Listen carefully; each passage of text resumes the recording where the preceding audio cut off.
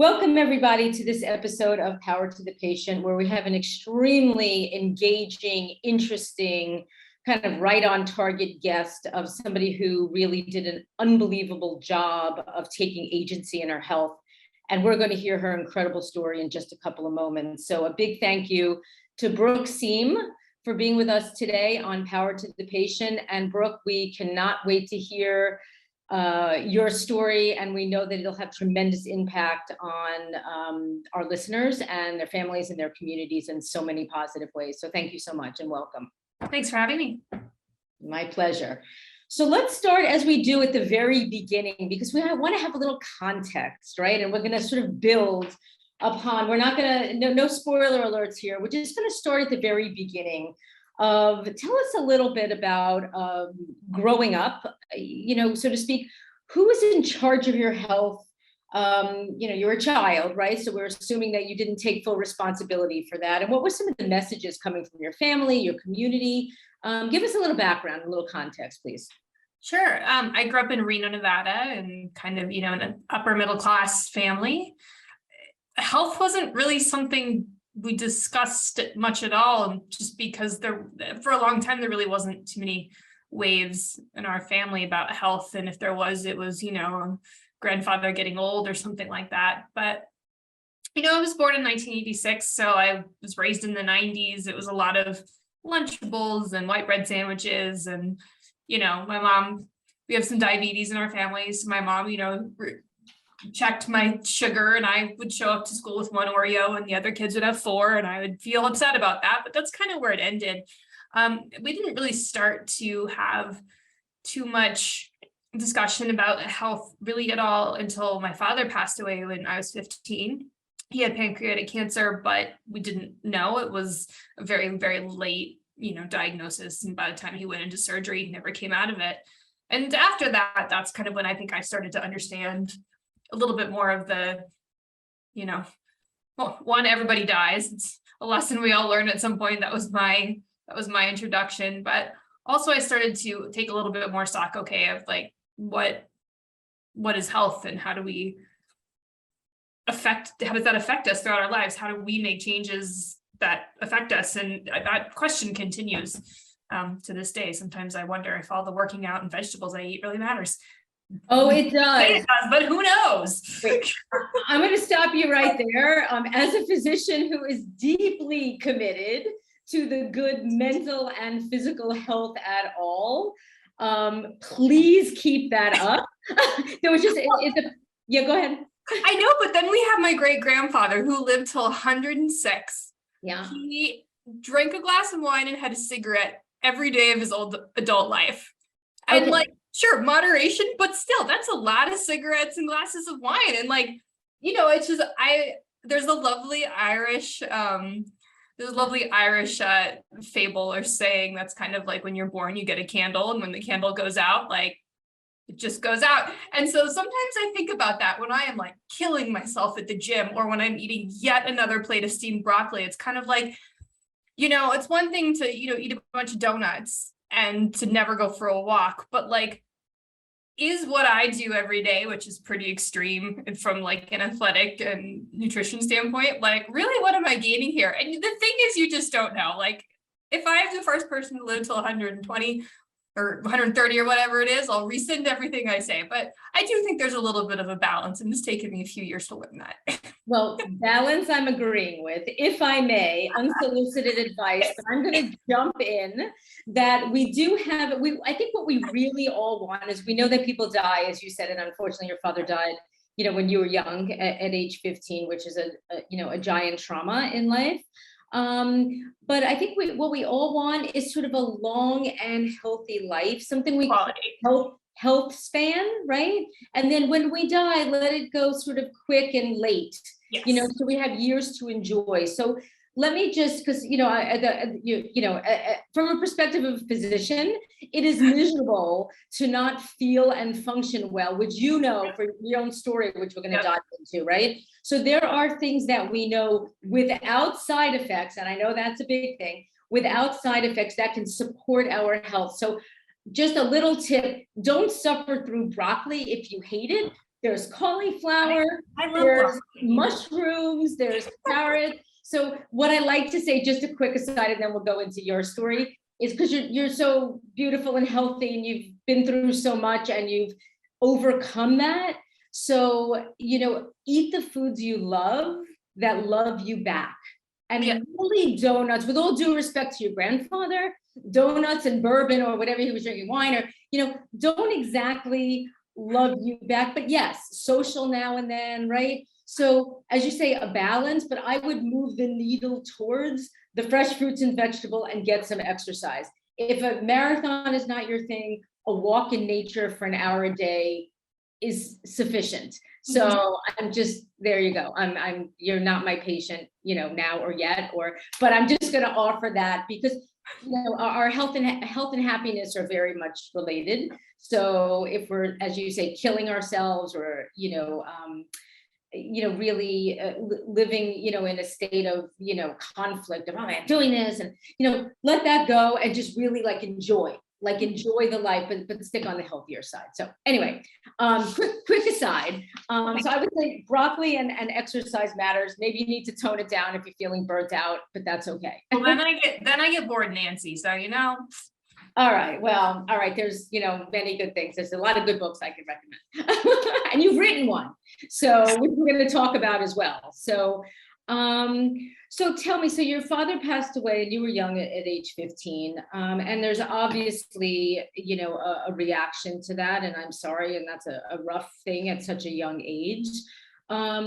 Your response to that, your sort of memories of that, which I'm sure was just awful and sort of, super sad and loss and grief. But you went into the medical system, yes, about that age for your reaction to your dad's death, or was there something prior to that, or? Well, I mean, the thing about being 15 and having something happen to you is that, all the adults around you, especially if that they're very caring, they kind of expect things to go a certain way that, maybe that there's a lot of outward grief or grade slip or disinterest, the classic signs of depression in teenagers, all of that. But that's not really quite what happened to me. I actually have very little memory of that time. It was pretty much just wiped out. Same with the year before and after. So I don't really have any memory or connection to exactly how I felt at that time. I don't remember feeling overwhelming sadness or grief. I think I was really more in shock, and that was the kind of reaction that I had. And there was a little bit of almost too much normalcy, I think, that was going on, and that's one of the reasons that led my mother to say, I guess we should go see a child psychologist. There are a few other things as well, but it wasn't, I mean, in retrospect, and when I look at it, I don't think we were in a state of crisis by any means. But I think that, I'm an only child. My mother, having just lost 1/3 of her family, was worried. And it was also 2001, we didn't have the availability to get on a Zoom call with someone on telehealth right away, or, the internet was kind of, barely alive at that point. So it was just a different time. We very much, put all our faith in the one doctor in town, and their opinion was the one that we went with. And so what happened was I got taken to a child psychologist, and I met with this person for a few months. I severely disliked her for a variety of reasons, and I was a 15-year-old. And after about 2-3 months, she called my mom and said, what Brooke needs is a psychiatrist, not a psychologist. I'm diagnosing a depressive and anxiety disorder, and I recommend medication. And, in a world of basically pre-internet, who are you going to listen to? So my mom listened to her, and we ended up in a psychiatrist's office. And then that's when all the prescription medications began for psychiatric drugs. And, in retrospect, what we should have done was get a second opinion, but it was Reno, Nevada in 2001. There was not the availability then. And at that point, we didn't have a reason to question the opinion. It was only later that we look at it and say, okay, maybe this really wasn't the right call. And what alerted you and when to maybe we should rethink what was going on? Because you were on, and was it helping in any way? How did you feel on the medications? So I was initially, when I saw the child psychiatrist first, I can't remember what he put me on. I was on at least 2 to 3 drugs that had very severe, very obvious side effects right away. Like, I was falling asleep in class or so nauseous I had to come home from school. Like, they were so obvious that I didn't stay on them long, and I don't remember what they were. But where we ended up, sorry, my dog's barking. Where we ended up was on a combination of Effexor XR and Wellbutrin XL. Neither one of those created any really obvious side effects. Again, in retrospect, we think there were side effects, and I'll go into that in a second. But I don't remember feeling any better or worse. I just remember feeling completely neutral. So we were talking about sort of how you were feeling with the medication. You were describing some of the medications that you were on, with some side effects that were not really sort of supportive of your learning at school. Yeah. Right. So when we got on the Effexor and Wellbutrin, I didn't have any immediate obvious side effects. There were about 4 physical symptoms that developed within the year after I was put on these drugs that I now think were related to those. My thyroid had been a little funky. I developed a gastro disorder. Those were the 2 big things, and kind of just the timing makes sense. And those drugs do create those side effects. So it makes sense in retrospect. At the time, we thought they were separate issues. But from like an efficacious standpoint, the antidepressants were not making a world of difference. I mean, I was kind of flattened out, I guess, but there seemed to be no real positive or negative on them, but it just was recommended that I keep taking them because they weren't supposed to hurt me. And so that just kind of kept happening. The problem was I turned 18 about 2 years later, and then the habit had been established. And so it was difficult for me at that point to see a reason to get off of them. And I was young, and my whole identity had been formed around this idea that I had been told that there was something wrong with my brain and that I was depressed and anxious. And so therefore, well, why wouldn't I take these pills that are for the thing that someone told me that was wrong with me when I was, when I was 15? Like, I think it's just quite insidious how that happened, and how my identity became wrapped around that in a very, very subtle but significant way. Yeah, really, so many things that you said there are so important, which is sort of, when we, may or may not have, symptoms or mood change, or, we go right to the healthcare system, right, to kind of fix it for us. And unfortunately, a lot of our healthcare system is kind of based on symptom management without a lot of root cause investigation. Well, it may have been obvious, or, it's sort of easy to say, unfortunately, your father passed away, right? And, one person, look at the randomness of what happened, right? Going to a psychologist, seeing you, as you said, in retrospect, maybe a second opinion, but nobody was really asking the questions of what else could we do? What else could we change? What's really going on here? And in so much of healthcare, including mental health, we have a pill for an ill kind of mentality, right? Like the pill will fix it. Did anybody talk to you, or did you have counseling or anything, or they went sort of right for the medication, like the psychologist sent you right to the psychiatrist? Well, I mean, I was with that child psychologist first for 2 to 3 months. I don't quite remember the timeline. Right. But like I said, she also broke her trust with me very early on. So, I was not being a cooperative patient either. But I was 15, and I felt like I was being dragged into this experience that I didn't want, and all I kind of felt like I wanted at the time was to be left alone and have some time. And like, my grades I wasn't failing. I wasn't getting in with the wrong crowd. Like, I wanted to be alone, and I was exhibiting maybe some like mild eating disorder symptoms, but I was also a really serious ballet dancer. Like, not that that's a reason, but given the time and the place and the context, I think that the holistic situation wasn't really looked at. It was very much fear-based. Yep, which a lot of medical care is actually. Not really looking at you as a human with all your parts and you were 15 years old, right? So, and you said a serious ballet. I treat a lot of dancers, actually. I was a ballet dancer as well. And sort of the food dance or the food athlete, is another whole other conversation. Right. But it sounds like you were very sort of high, well-functioning, kind of normal. Nobody's really normal, but right, adolescent.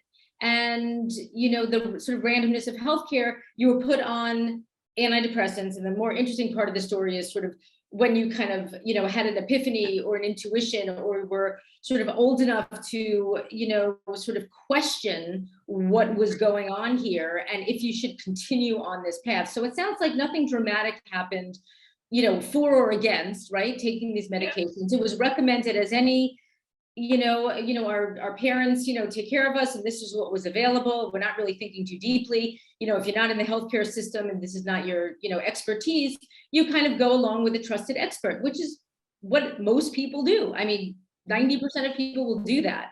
But you had something happens, right? You kind of thought, what was the aha moment? Because that's what we really want to know. When were you like, wait a second, like, what can we do this differently? What was going on for you, and when was that? So it was 15 years later, and I was right around my 30th birthday. And my dad died when I was 15. And so turning 30, there was something about that period where I just had this realization that in my 30th year, I would have spent more time alive without him than I had with him. And there was something very salient in that feeling to me.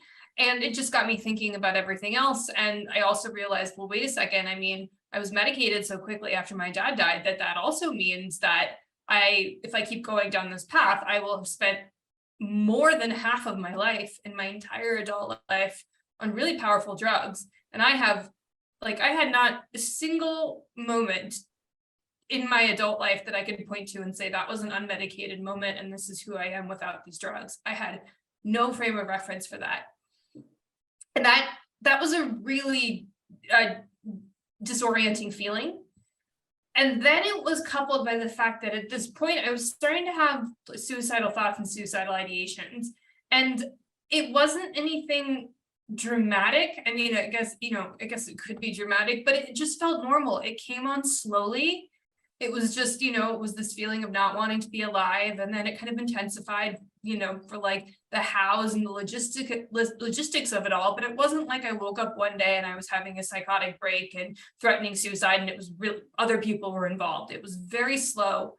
And it just dawned on me that if the antidepressants were working as advertised, then I wouldn't be having these thoughts and I wouldn't not want to live. Like, it just didn't make any sense. The math didn't add up. So I pretty simple. Let me just interrupt. Pretty simple, but incredibly powerful and potentially life-saving to just connect those dots, right? Like, wait a second.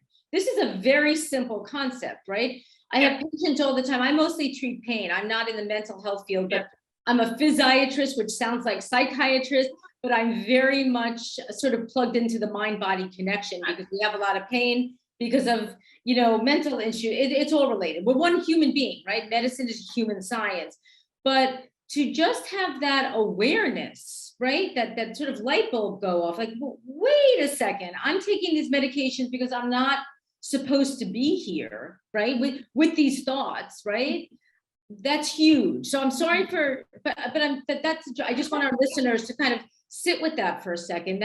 That's what these drugs, these medications are supposed to be doing, is keeping us literally, sorry for the bad pun, like off the edge, off the ledge, keeping us in a safe place. And you didn't feel safe, but it almost scared you into a good place in a way, maybe? I wouldn't say I was really scared. I mean, I think at that point I had gone through puberty on these drugs and had spent so long on them that I had almost no emotion one way or the other about it. You're flattened. Very flat, very disconnected. So there was no fear in that at all, as much as it was just like, well, that doesn't make sense. And there was another wrench in this situation too. And it's right around the same time I was kind of realizing all of this, I got an opportunity to travel around the world for a year. And that completely came out of left field. It was nothing I'd planned on. It didn't fit into my life at all. But I was also having memory problems, and we were starting to hypothesize that it was connected to the long-term antidepressant use. It's the sort of thing where I would apparently, again, I don't remember, have a conversation with my business partner about something, and then I wouldn't do or execute whatever I had said I was going to do, and then she would get frustrated and we'd have a fight. Now, had it just been the business partner thing, maybe I would have just, written that off as we didn't get along very well and he said, she said. But my mother was also reporting to me that she was telling me things and recently, and that I'd get on the phone and have no recollection of it. And there was no other real reason for this. So I started to think, okay, well, if, these are brain drugs, so perhaps they are having an effect on other parts of my brain. And I didn't want to take this opportunity to travel and then basically forget about it. And that I also didn't want to deal with the logistics of having to carry around a suitcase full of drugs. By that point, I was on 6 or 7 of them. Wow. And I was going to places like Cambodia and Croatia. It wasn't like I was going to London and could really trust where I was going to get the drugs from. So I just kind of said, okay, well, maybe now is the time, right? I mean, now's the time to see what my baseline is. At that point, I had about 6 months before I was supposed to leave. And so I figured that's plenty of time to get off the drugs, hang out without them for a while, see what we need to do. Maybe I needed a different drug. Maybe I didn't need any at all. Who knew, right? I didn't know, but I figured it would be plenty of time. I was very wrong about all that. And that's what my book is about, May Cause Side Effects. It's basically starts when I go to see this psychiatrist and she pulls me off Effexor cold turkey because it was the lowest dose on the market. So she couldn't. No weaning. There was no weaning. No every other day. No weaning. Wow. No weaning. Okay. 15 years. I think that was the original drug you're on. 15 years of this drug, no weaning, pulled you off. Okay. Right. And the rationale, which I think is important, is that one, this was 2016. The first systematic review of antidepressant withdrawal didn't even come out until 2015. So it was relatively new information at that point. And my psychiatrist clearly didn't know anything about it. I was on 37.5 milligrams at the time, which is the lowest dose available on the market.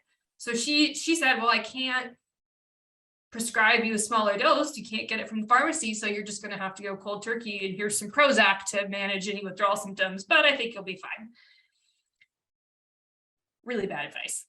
Really, really bad advice. Thankfully, we do know a little bit more about that now, but not enough, because I get horror stories told to me all the time that are effectively identical happening 5-6 years later. So so you had your why. Your why was, I'm noticing that, I had these suicidal ideations, which was not a scary moment and nothing, thank goodness, happened, but then you were like, wait, I'm having some memory issues and I want to travel. I want to remember this gigantic international big trip, right? So you had your why. You had something that you wanted to change, right? This is ridiculous. I'm going to, suitcases of medications.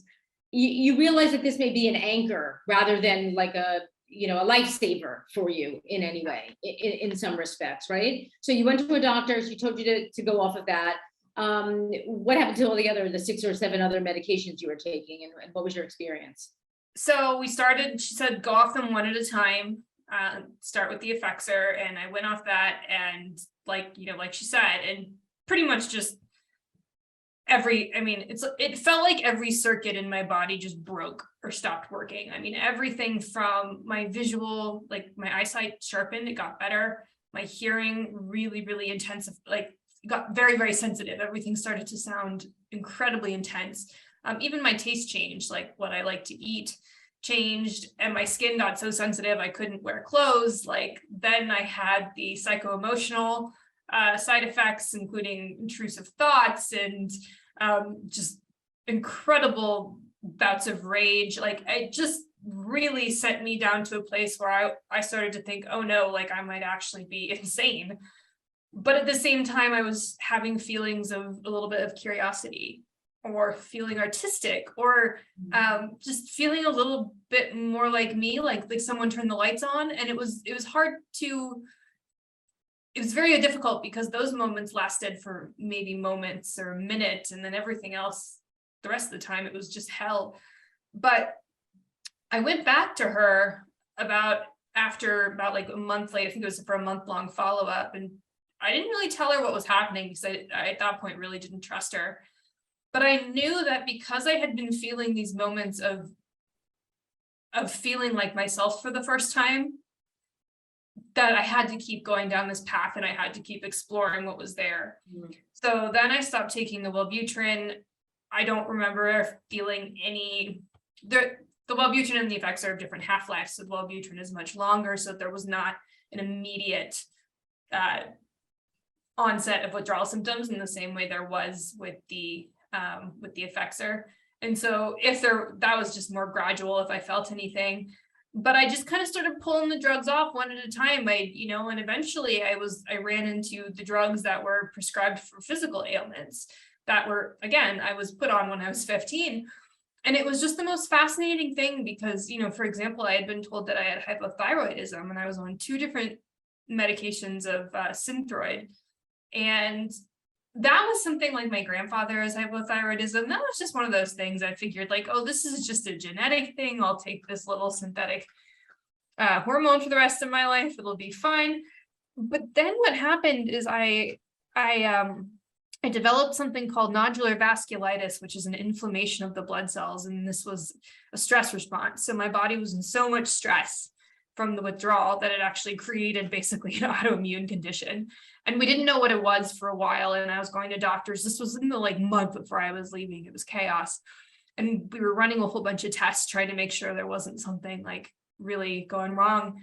And out of curiosity, I just said, can you check my thyroid levels? What's going on there? And they did. And they said, everything's normal. And so for me, it was the strangest thing to have been under the assumption that this thyroid thing, which was this kind of innocuous physical ailment, was going to just be there forever. And then to effectively reverse it in context of everything else. And I've never really forgotten that. I think it's really just an important, intriguing thing to remember when it comes to your own health, that your body changes and nothing is ever really for sure. And what worked 10 years ago may not work now, and vice versa. And brilliant and important, because a lot of people really do think that your DNA is your destiny, as you've alluded to a couple of times, that we're sort of fixed, but the body is a pretty remarkable, amazing thing, and we're living tissue. So what we're literally feeding ourselves, be it broccoli or donuts or medications that have side effects, we are literally getting into the expression of our DNA, the functioning of our cells. So we have tremendous capacity to make changes for the better or worse in our health and functional lives. So you're 100% right. Most people think, okay, well, I have back pain, I'm always going to have back pain. I have a thyroid problem, I'm always going to have thyroid. So, knowing that, I always say it's good news for people who want to take some responsibility, and it's not good for some people who want no responsibility. But we have literally about, I'm just going to throw it out there for you and our listeners, that 80% of how we age, feel, and function is due to our lifestyle choices and habits, which again, I say is fantastic news. If you want to go your route, Brooke, which is taking responsibility for your health, mental and physical, or, outsourcing your health is never a good idea. Not that doctors are not well-intentioned, but our capacity is very limited. As I tell my patients, I can't make you healthy. I can digest the science. I can recommend things. And by the way, I don't know if you know anything about my practice. I'm a pain management doctor, and I prescribe literally 0 pain medications. We have an opioid crisis, right? I am literally prescribing, I know it may not be your favorite, but broccoli and walks and lifestyle changes, because pain, mental and physical, and it's transient. It's not a fix. And I just want to sit on that point. You busted out of this idea, right? That wait a second, I had this label of a diagnosis. And by the way, dirty little secret for everybody, a diagnosis is kind of arbitrary in so many ways. We have labs, we have x-rays, we have DSM categories for mental health, but they're categories, and not everybody fits in everything perfectly. And that's a real failing and a very reductionist way to be looking at both physical and mental health, right? We have a human being, right, with many influences and many things that can affect positively or negative where our health is at. So I just wanted to sort of, contribute that. Well, and I think as well, like there's, and this is where I think the patient is so important. And I get really frustrated when people are just like, well, I went to the doctor and they said this, so I did this.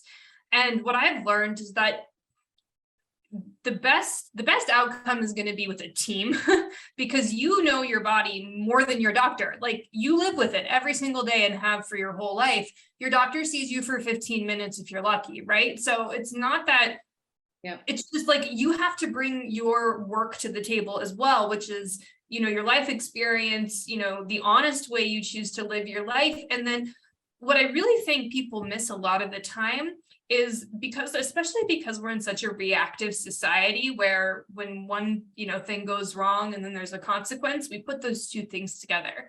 But when it comes to health, like there could be something that happened 5 years ago that is now just showing up now. And no one is trained to think about the order of events and how they've happened. Right. Causation, right? Coincidence doesn't mean causal. That's a way to say it, right? It could be a coincidence, and it's also multifactorial.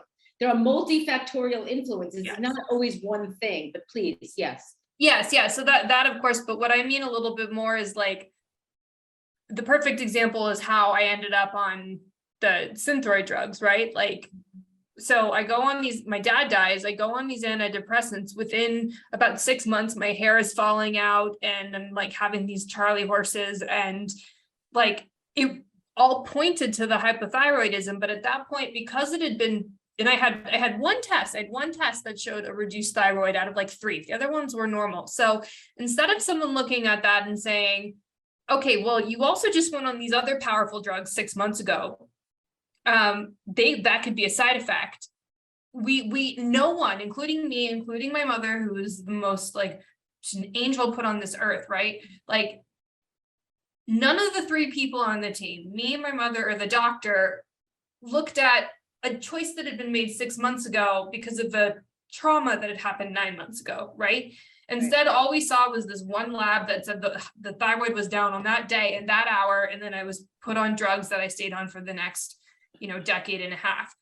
And that happens all the time, right? And like one of my favorite words in the English language is iatrogenic, just because I think so many of our diagnoses and culture and, the body come from too small a view when we really need to zoom out. And so for me, when I was able to start like healing myself, if you will, from the thyroidism and this bile reflux disease and the nodular vasculitis, like I just realized how much more connected and how I mean, it sounds so pithy and cliche to say lifestyle choices, because it's not just about going for a walk, but that was like physically finding a way to live a life that resonated with who I am is how my health started to improve. You were aligned with yourself. You weren't fighting yourself, exactly. Which even energetically is not going to help. But I just want to define that word iatrogenic because it's a good one, and not everybody knows what that is. Yes. So iatrogenic means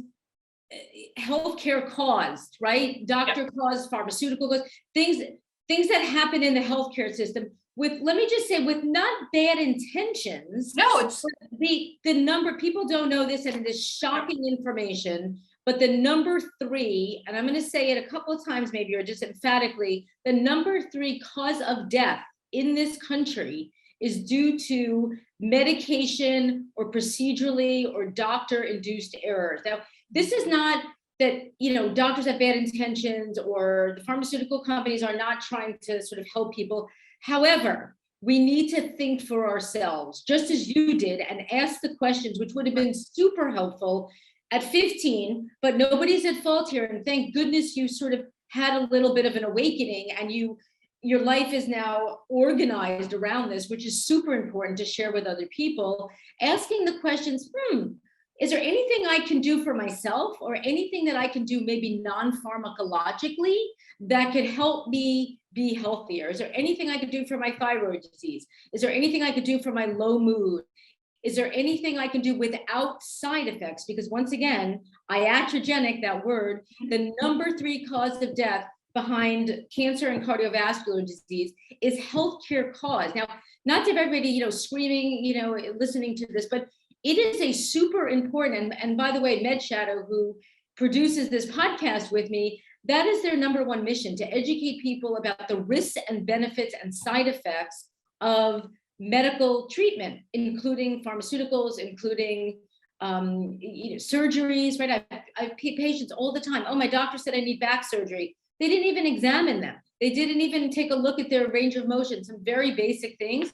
They're signed up for surgery. And I feel like a hockey goalie often as a physician, saving people from unnecessary procedures when we could really follow our oath of first do no harm. And I want to say something that I hope when your next book or maybe an interview, healthcare is really a conversation between the patient and physicians have a body of knowledge, and patients or people have knowledge of their bodies. Just as you said, I like that because it kind of interweaves, and it really is a conversation to be had, not just a one-way kind of, power slide of I'm the doctor, I have all the answers, because we are getting in a lot of trouble with mental health and physical health, and we need to wake up, quite frankly, and this is why I have this podcast, honestly, to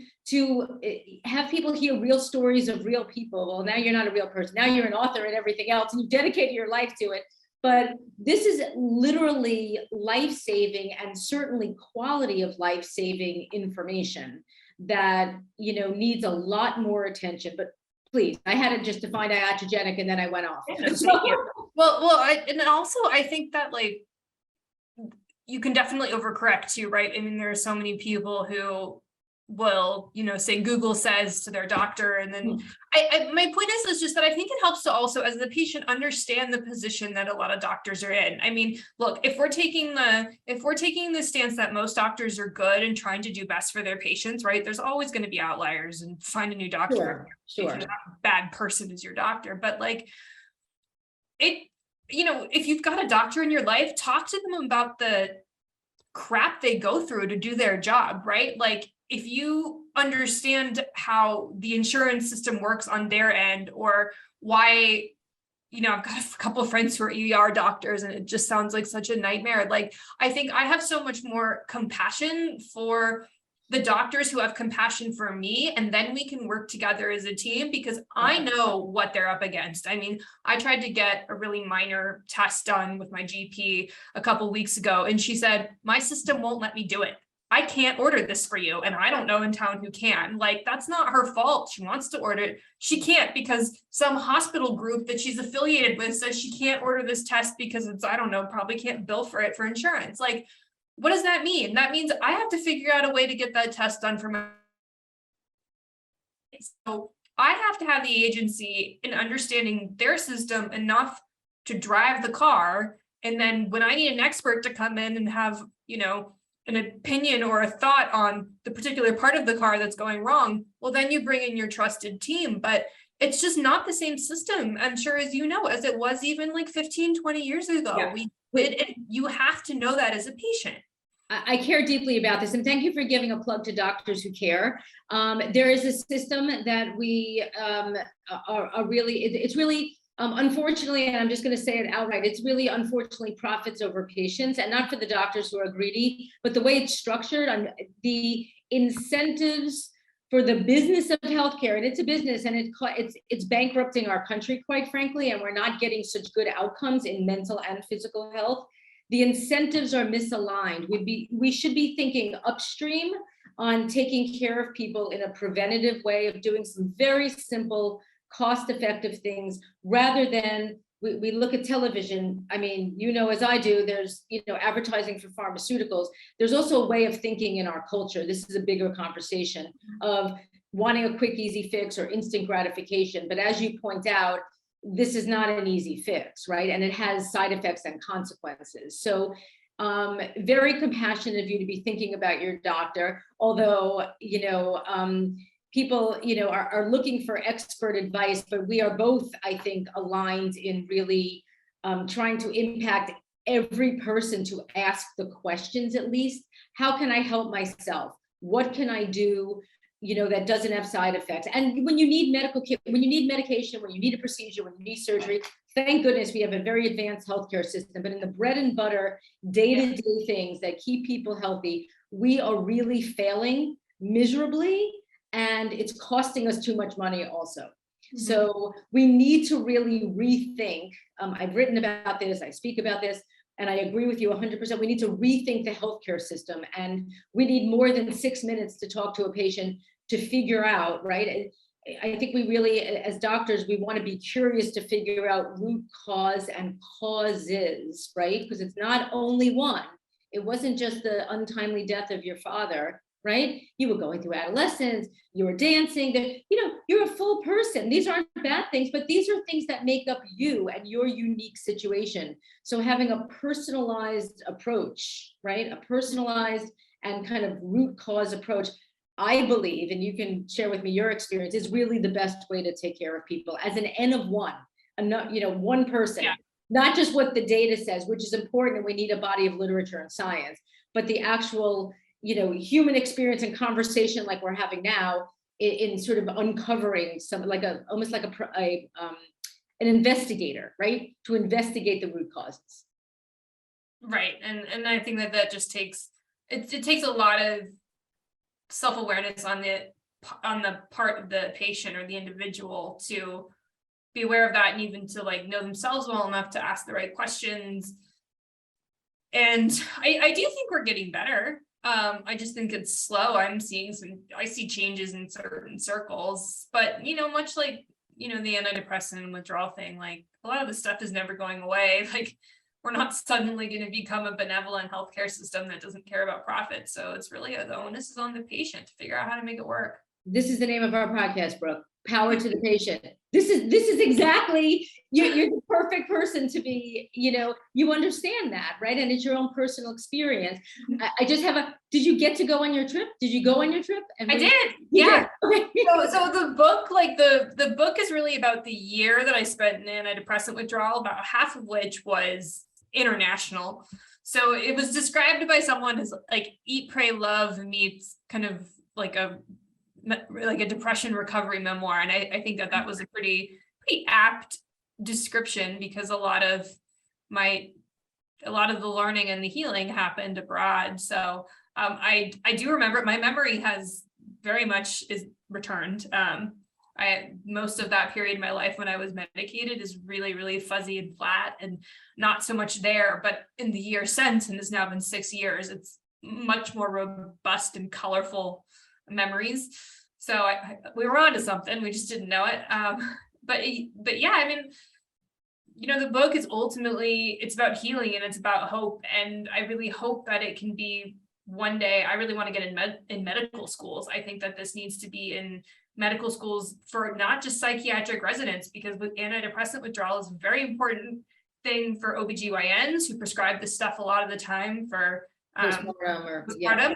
And also emergency rooms. If you're in a car accident and you didn't take you're in the emergency room for 34 or 36 hours, and you missed a dose of Effexor, if you have a difficult time with that, that could be creating some serious havoc with your actual physical recovery. And I've spoken with so many ER docs who are we didn't know that this was a thing, but now we're really careful when we find out that patients are on Effexor and a few other ones as well. So it is just, so many people are on these drugs now that to not really have any accounts of withdrawal or even a way for doctors to recognize what it looks like, I think is very scary, because it means more people have to suffer. So I'm hoping that this book can really fill what I see as a big gap in our understanding of psychiatric drug withdrawal.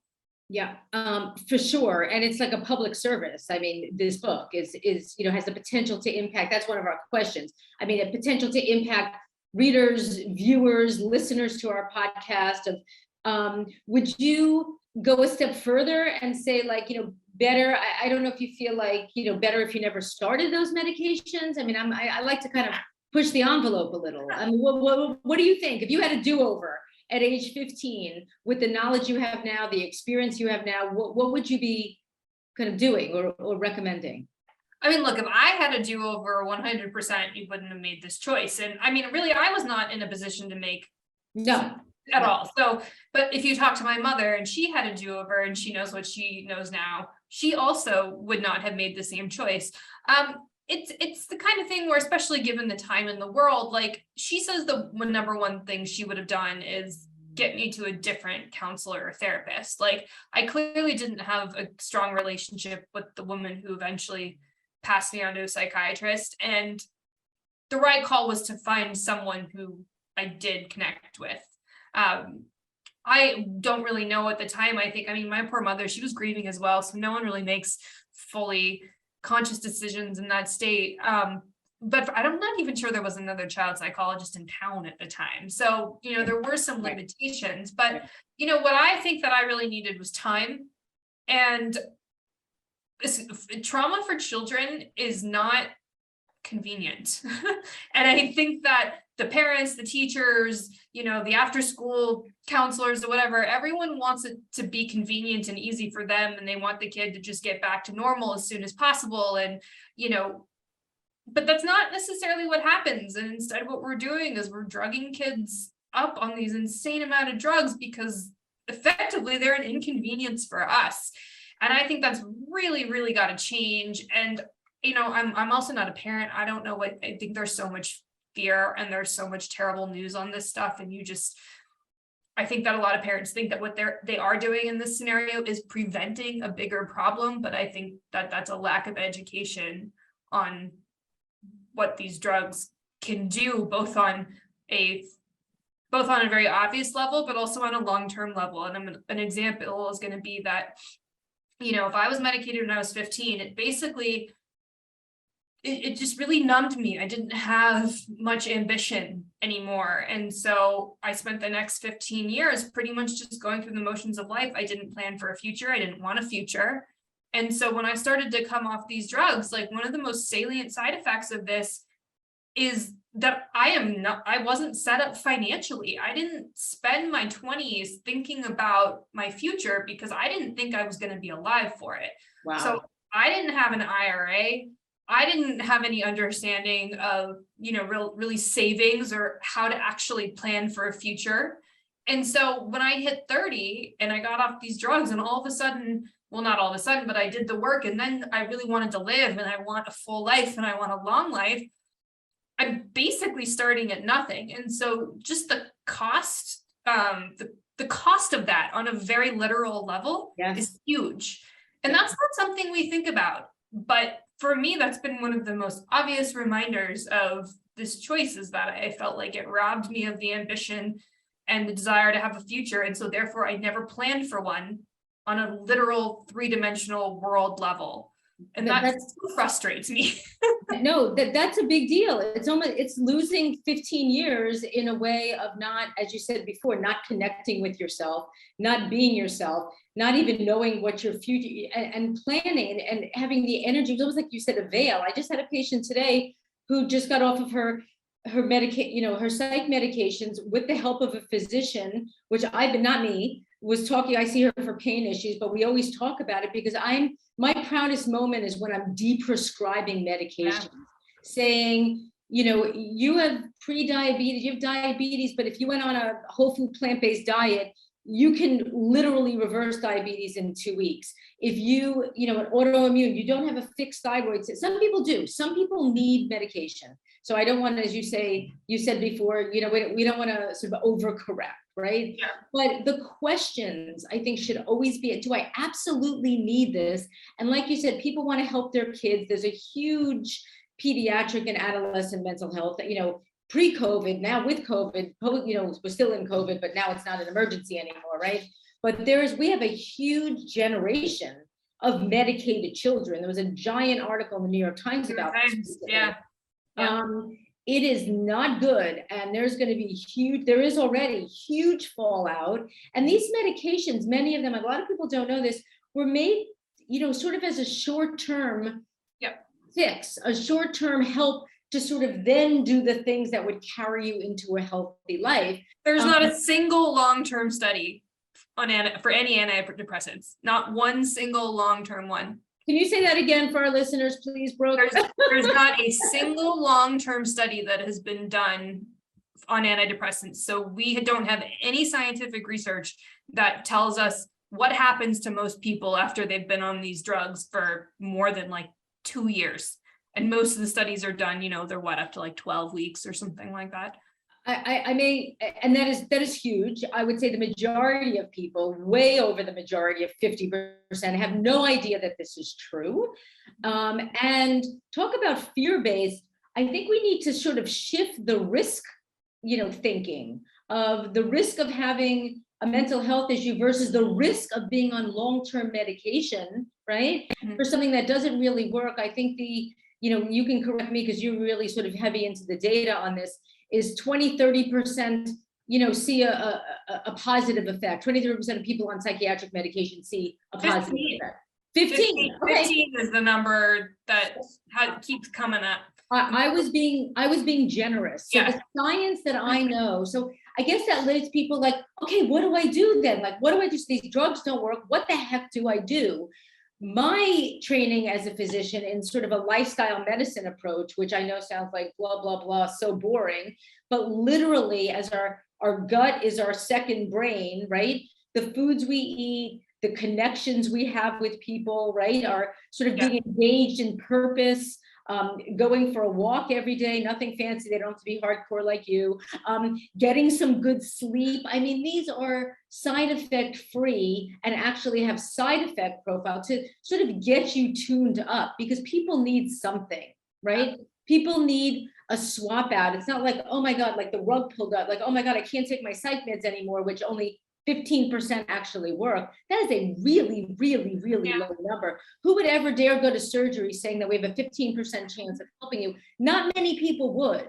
So that's something that really needs to get out there, that, the thinking about the risk, the risk of these medications. Go ahead, please. Yeah, well, the fascinating part about that number 15% is that like more people report that the drugs are helping them, but it's a placebo effect. So if you compare it against a sugar pill, it's basically kind of a wash. So I think that's really interesting. And there's a big ethical question around that, which is, well, I mean, whether or not you think they're working or they actually are, who cares as long as they're working, which is like, okay, fine, except for the fact that getting off these drugs is really problematic, and the side effects, right? So I find that to be a little bit of a thin argument. But it's an irresponsible argument, and placebo actually comes with like, oh, that's a sham, or there's like that's such negative connotations. The placebo effect of thinking, eating your broccoli and thinking that you're healthy without really hating it let's use that placebo effect. Right? So taking agency of your health, taking care of yourself, right, has a gigantic, like, I can do this, right? The confidence in that, we know, literally changes our chemistry, changes our brain chemistry, right? So to give people agency to do things with positive side effects and not have to go through the awful withdrawal, which you went through, and doing things, that's why we like to sort of, I literally prescribe, I have a New York State prescription pad right here. Hold on. And I literally write on it, fruits, vegetables, beans, nuts, go for a walk. I mean, I know it sounds ridiculous. I'm a doctor, right?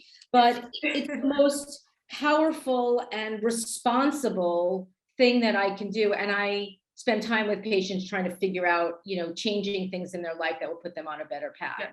So you have done this as a non-medical person, but as a person who's been through the system and, who really had a moment of, deep connection, like, wait a second, I'm traveling. I want to remember this. You took a moment to rethink. And if we could, as a society, really individually, but as a society, take a moment to sort of rethink, how we're helping people and how we might be harming people, we can sort of move mountains, like keep people healthy, like keep people away from things that they don't have to experience sort of in the negative, I think. Yeah, I agree. But I think, I mean, I run it, people from all walks of life, reach out to me now because of this work, and I hear so many different stories. And the great commonality between everyone who reaches out to me and pretty much anyone I know who's ever healed is that you have to make some pretty big changes to affect big results. And very often it's more than, just swapping, a donut for broccoli. Of course that helps, but like so often, especially with these mental health stuff, that in my opinion, like we're talking like you need to get a divorce, you need to move, you need to quit your job, like you need to make such a radical choice because it's not aligning with who you are and you're clearly not happy, that so many people are not equipped to do that and to make that choice. And the fear of the fallout, which almost never happens in the way you think it is, and it's almost never as bad as you think it is going to be, is what keeps people from making these choices. So my question for you was going to be, okay, well, what happens when someone comes to you and, they eat their broccoli and they take their walks and they go swimming and they like make all the, I'm going to say their surface changes. I mean, they can be very hard for people to make those choices, but very often there comes a point when, well, like, you got to get that divorce or whatever it's going to be. And for me, it was that I had to leave New York. I had to leave my business. Yeah. And because of those two things, like I ended up leaving my dog, which was the most heartbreaking thing. She was in an amazing situation, so she was happy, but like, she was like, my soul on the outside. But the only way that I would have been able to see the positive changes and to start healing, the only time that happened was when I removed the tumors from my life, right? Love that. Yes, yes. But it was huge. It was a radical erasure and start over from the very beginning. And a lot of times I see people, even the ones who really, really, really think they want to change, they'll say to me, I've done X, Y, Z. My husband still beats me, but I'm, doing X, Y, Z. And like, yeah. It's awful. And I know they're in a terrible situation and they're stuck and they don't know how to get out of it. But like so much of the time, there's some deep tumor in your life that has to go. And that's how we start healing. And I don't know how we train people to become more resilient and more, give people more gumption to take that leap. I don't know the answer to that. I only did it because I was desperate and I had an opportunity. Had I not had that opportunity, I'd probably still be there. The opportunity to travel and sort of rethink things. That was more of a pull, which, gave you an opportunity to create a lane for yourself to rethink and actually do something. But you're 100% right. And thank you for saying that. And, I do think broccoli and walks are important, but you're 100% right. If there is something that's surface, right? If there's a deep, as you say, a tumor in your life of conflict and energetically you are, that's why people have back pain. There's a mind-body connection, right? So yes, the divorce, the job change, the change of location, the brave, difficult work of getting real with yourself and then jumping towards those choices, as hard as it is, it creates a lane. It creates a lane of going forward. And then the walks and the broccoli start working. Thank you. Yes. So we're in alignment with that. That's 100%, because otherwise you're in quicksand, right? Yeah. You're literally exhausting yourself when you're not removing. It's like there's a cartoon that there's a guy sort of mopping up the floor and he's like sweating and he's like working ferociously and he hasn't turned off the faucet because of the flood, right? So again, the root cause, which can absolutely, the circumstance, and some things we can change. So, but having agency, and this is what these conversations are all about, of having agency to make those choices for yourself. And some of it is going towards something, and some of it is running away as soon as possible, because that is not, and nobody has that knowing, and nobody can tell you that from the outside. No. That's something that the inner work that people do is necessary to do that. And leaving relationships, leaving friendships even, COVID's given us a big chance to kind of rethink some of those things, right? Because so much has happened. A lot of us have had a lot of, we'll say downtime, maybe crazy time, kids running around or whatever that is, to think about sort of, what are priorities, what are values, and what's important to me, and how do I live accordingly? So being aligned with your values is something that's, sort of necessary to be healthy in every way. Tell us, we're just wrapping up. This has been just an incredible conversation. And I know that's, please, two things. Any new health goals for you? And something about you're doing gymnastics or backflips, or tell us about that. Wait, sorry, what was the first question? You said any new health troubles? Health goals, sorry. Yeah. Oh, yeah, I mean, not really. I like to do backflips. And so I made a goal last year that I wanted to be able to do a standing backflip by the time I turned 36. And I hit that goal a few months ahead of schedule. And I think what that did for me is it just, I don't know. I think there was something about growing up in the time I grew up. I was having a conversation with a friend about this where, once you hit a certain age or whatnot, you just kind of expected, one day you were just going to be one of those people on the couch saying, well, you're young, you can do that. But when you get to be my age, and my big goal is to just never adopt that mentality. And I'm not saying I'm going to be doing backflips when I'm 70, but I also hope that, I want to keep myself healthy and mobile enough to be able to do whatever I want, whatever that means. Like, I get bored, so I'll change eventually, but like, if I want to start like hiking when I'm 50, like in a pretty serious way, like I really hope I'm in the health to be able to do that, so I'm just trying to do everything I can to make that happen, while also at the same time trying not to get too attached to what my physical body can do, because, as soon as you do that is when, the universe comes around and says, maybe you need to learn a lesson about creating your identity around ability to do a backflip and you break your leg, right? So well, I just hope to find, and I'm getting better, but to find even more like homeostasis and constant respect for what my body does and can do, no matter what it looks like, or what little health things happen, and hopefully avoid the big stuff. I mean, who doesn't never want to have surgery, but who knows? Well, it sounds like you're on track and you're caring beautifully for your mental and your physical health and helping others get there as well. So mention your book again, please. Brooke Siem, you have it? May Cause Side Effects. Yeah. May Cause Side Effects, bright orange cover. It's hard to miss in a bookstore, but you should probably go, if you find one, you should also probably take it out from wherever it is and generously put it on display in the front. It's a fun thing to do, and I appreciate it. Yeah. But yeah, it came out a couple weeks ago. The audiobook should be out soon, and yeah, May Cause Side Effects, available wherever books are sold. You can also get it through Indigo in Canada, through Foyles and a few other retailers in the UK, and Booktopia in Australia.